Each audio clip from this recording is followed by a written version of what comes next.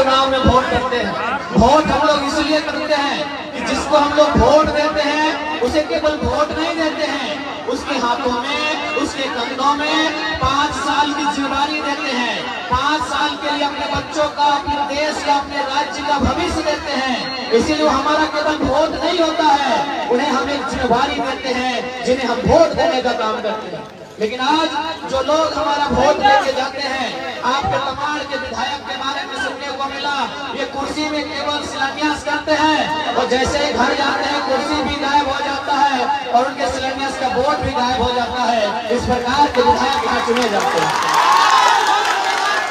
हम वोट अपने बेहतर भविष्य के लिए करते हैं। हम वोट इसलिए करते हैं कि हमारे गांव में पक्की सड़कें आएंगी। हम वोट इसलिए करते हैं कि हमारे गांव में 18 से 20 घंटा बिजली आएगा। हम वोट इसलिए करते हैं कि हमारे गांव में स्वच्छ पानी आएगा।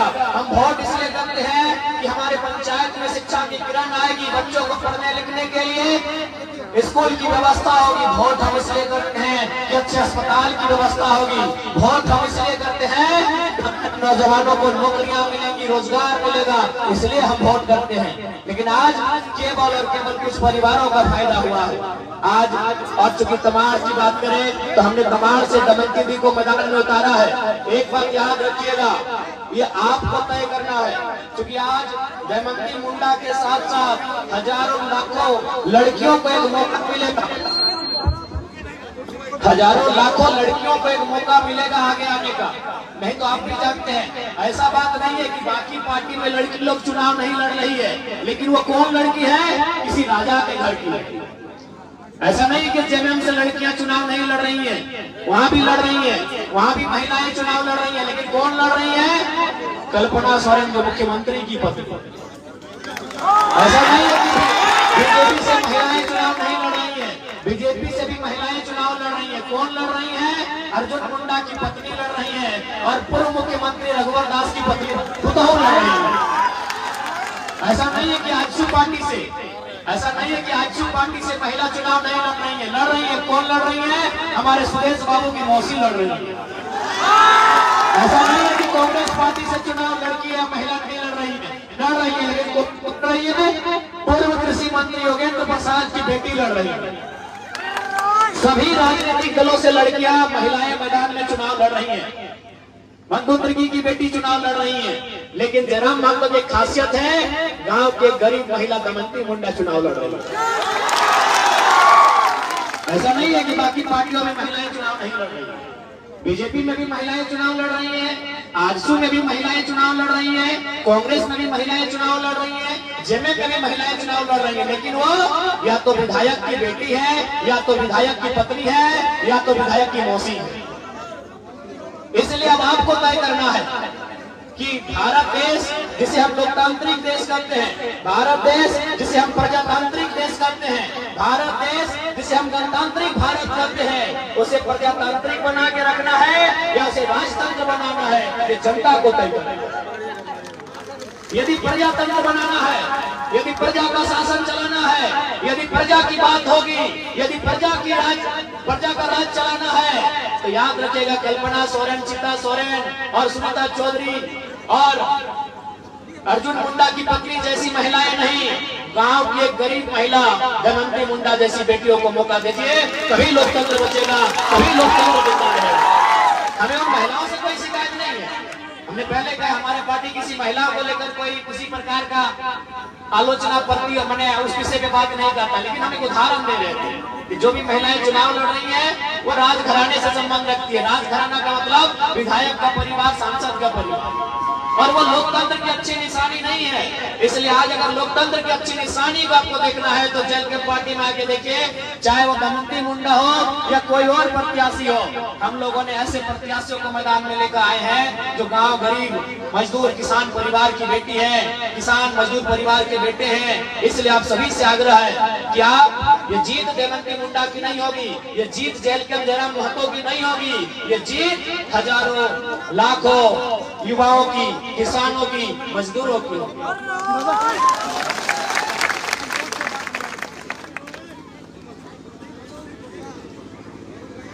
इसलिए आज आप सबसे आग्रह करेंगे कि इस बार मुद्दों के लिए वोट करें, और जेलकम पार्टी चूंकि नई पार्टी है, हम लोग अगर सरकार बनाने की स्थिति में आते हैं तो सबसे पहले झारखंड में एक स्थानीय नीति बनाई जाएगी।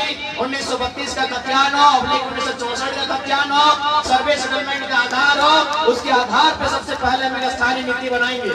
और जहाँ तक तमाड़ का प्रश्न है, हम लोग 5 परगना की धरती में एक नया जिला, बुंडो को जिला और तमाड़ को मंडल बनाएंगे। ये हमारा प्रयास है।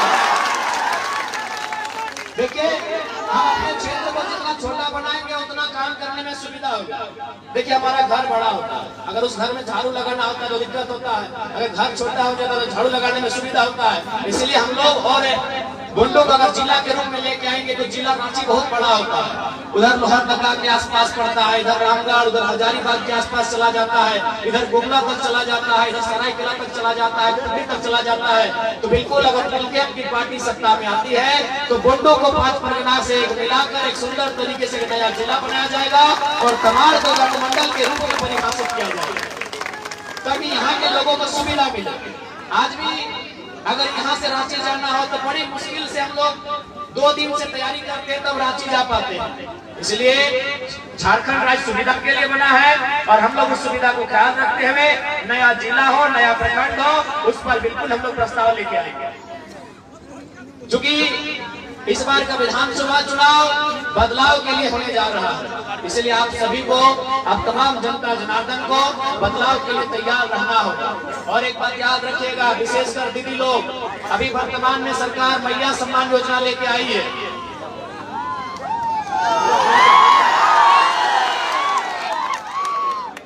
तो देखिए, हम लोग कहना चाहेंगे, आज इसी भीड़ में बहुत सारी दीदी लोग ऐसी हैं जो शायद रसोईया का काम करती है, जो पोषण सखी का काम करती है, जो सहायिका का काम करती है कि नहीं?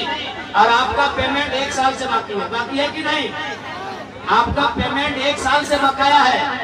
यानी सोचिए, जिन्होंने मेहनत किया है उनको पैसा नहीं मिल रहा है और वोट लेने के लिए सरकार घूस देने का काम कर रही है। जिन्होंने मेहनत किया है, रसोईया ने मेहनत किया है, आंगनबाड़ी की दीदी ने मेहनत किया है, जल सहिया वाली दीदी ने मेहनत किया है, पोषण सखी वाली दीदी ने मेहनत किया है कि नहीं? लेकिन उनका पेमेंट नहीं मिल रहा, उनको 1 साल से पेमेंट नहीं दिया जा रहा है और वोट के समय घूस देने का काम कर रही है। तो निश्चित है, जितनी भी दीदी, चाहे वो सहायिका हो, सेविका हो, पोषण सखी हो, सहिया हो, हम लोग सत्ता में आते ही भले मंत्री का 6 करोड़ का आवास को हम लोग नीलाम कर देंगे, लेकिन जो दीदी लोग हैं उनकी समस्या का समाधान तुरंत 100 दिन में किया जाएगा। अभी और उसके बाद अगर मैया सम्मान सही में अगर सम्मान की योजना है तो मुख्यमंत्री हेमंत सोरेन जी से हम कहना चाहेंगे कि आप एक काम कीजिए, कल्पना सोरेन जी जो उनकी पत्नी है, उन्हें विधायक का चुनाव नहीं लड़ाइए, उनको भी 1000 रुपया महीना दीजिए, हम लोग मानेंगे महिला सम्मान। तो गजबे लीला है, गजबे लीला नहीं है कि राजा के घर की बहू बेटी महारानी बने। राजा यानी हेमंत सोरेन जैसे लोग, सुरेश महतो, बाबूलाल मरांडी, अर्जुन मुंडा जैसे लोग, यानी राजा के घर की बहू बेटी महारानी बनेंगी और जनता की बहू बेटी नौकरानी बनेंगी। यही झारखंड की तस्वीर है। ये नौकरानी नहीं तो क्या हुआ? 1000 रुपए के लिए 10 घंटा आप लोग लाइन में खड़ा रहे कि नहीं? 1000 रुपए के लिए आप लोग 10 घंटा लाइन में खड़ा रहे कि नहीं दीदी लोग? आप बताइए, उससे न साग सब्जी होगा, न दवा दारू होगा, न राशन का सामान होगा और न ही आपके श्रृंगार का सामान होगा। श्रृंगार में लिपस्टिक, पाउडर होगा। और उसके बाद भी चलिए ठीक है, उसके बाद अगर हो भी गया तो बताइए ना, हम लोगों ने 1000 रुपए लेने के लिए झारखंड राज्य बनाया था। क्या तमाड़ की धरती से आंदोलन नहीं हुआ है? क्या झारखंड अलग करने के लिए तमाड़ की धरती से आंदोलन हुआ है कि नहीं हुआ है? आपके बाप दादा पुलिस की लाठी खाए हैं कि नहीं खाए हैं? आपके बाप दादा जेल गए हैं कि नहीं गए हैं? आपके बाप दादाओं ने अंग्रेजों का मुकाबला किया है कि नहीं किया है? तो क्यों किया है? 1000 रुपया पाने के लिए, भीख मांगने के लिए? नहीं ना। तो सरकार को बता दीजिए कि 1000 रुपया अपनी पत्नी को दे दीजिए, 1000 रुपया अपनी भाभी को दे दीजिए। मैया सम्मान अपने घर में दीजिए। हमें देना है तो हमें नौकरियां दीजिए, 1932 के खतियान के आधार पर नीति दीजिए, हमें बेहतर नियोजन नीति दीजिए। हमने झारखंड राज्य 1000 रुपए भीख मांगने के लिए नहीं लिया है, हमारे बाप दादा ने झारखंड राज्य हक अधिकार के लिए लिया है। इसलिए तमाम लोगों से कहना चाहेंगे, आज 24 साल के बाद इस राज्य में एक बदलाव की किरण दिख रही है और इस बदलाव की किरण के साथ समझौता मत कीजिएगा। इस बार अपना बहुमूल्य वोट जेल कैंप के पक्ष में, कमार से दमंती मुंडा जी के पक्ष में देकर केजी छाप नंबर 5 में मुहर लगाकर विजय बनाइएगा, ताकि दमंती मुंडा नहीं, आपकी जैसी हजारों बहनें, आपकी जैसी हजारों माताएं, उनको विजय मिलेगी। ये दमंती मुंडा की जीत नहीं होगी, क्योंकि ये अर्जुन मुंडा के परिवार से नहीं है। दमंती मुंडा और अर्जुन मुंडा में रिश्ता नहीं है। हाँ, वो एक समाज के हैं, वो अलग बात है, लेकिन दमंती मुंडा और अर्जुन मुंडा में रिश्ता नहीं है। इसलिए दमंती मुंडा की जीत एक आम महिला को ताकत मिलेगा।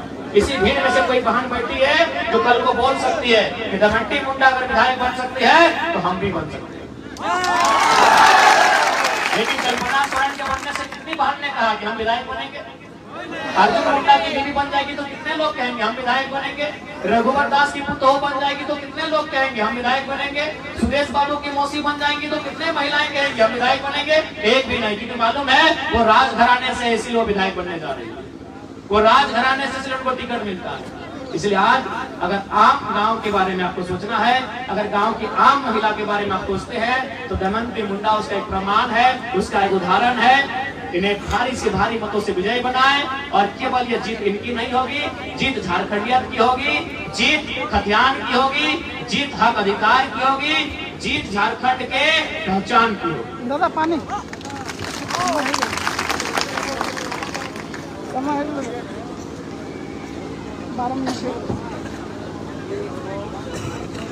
इसलिए और एक बात आपको स्पष्ट कहना चाहेंगे, आज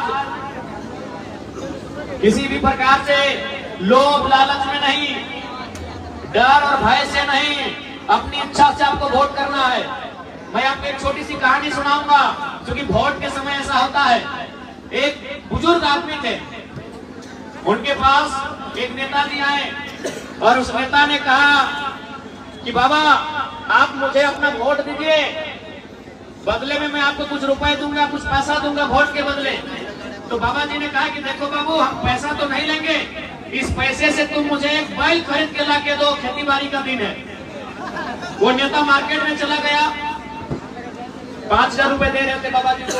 वो मार्केट में चला गया, मार्केट में जाने के बाद बैल खोजा तो बैल कहीं नहीं मिला, 5000 में बैल नहीं मिला। वो शाम को वापस आ गया, बोला बाबा बैल तो नहीं मिला।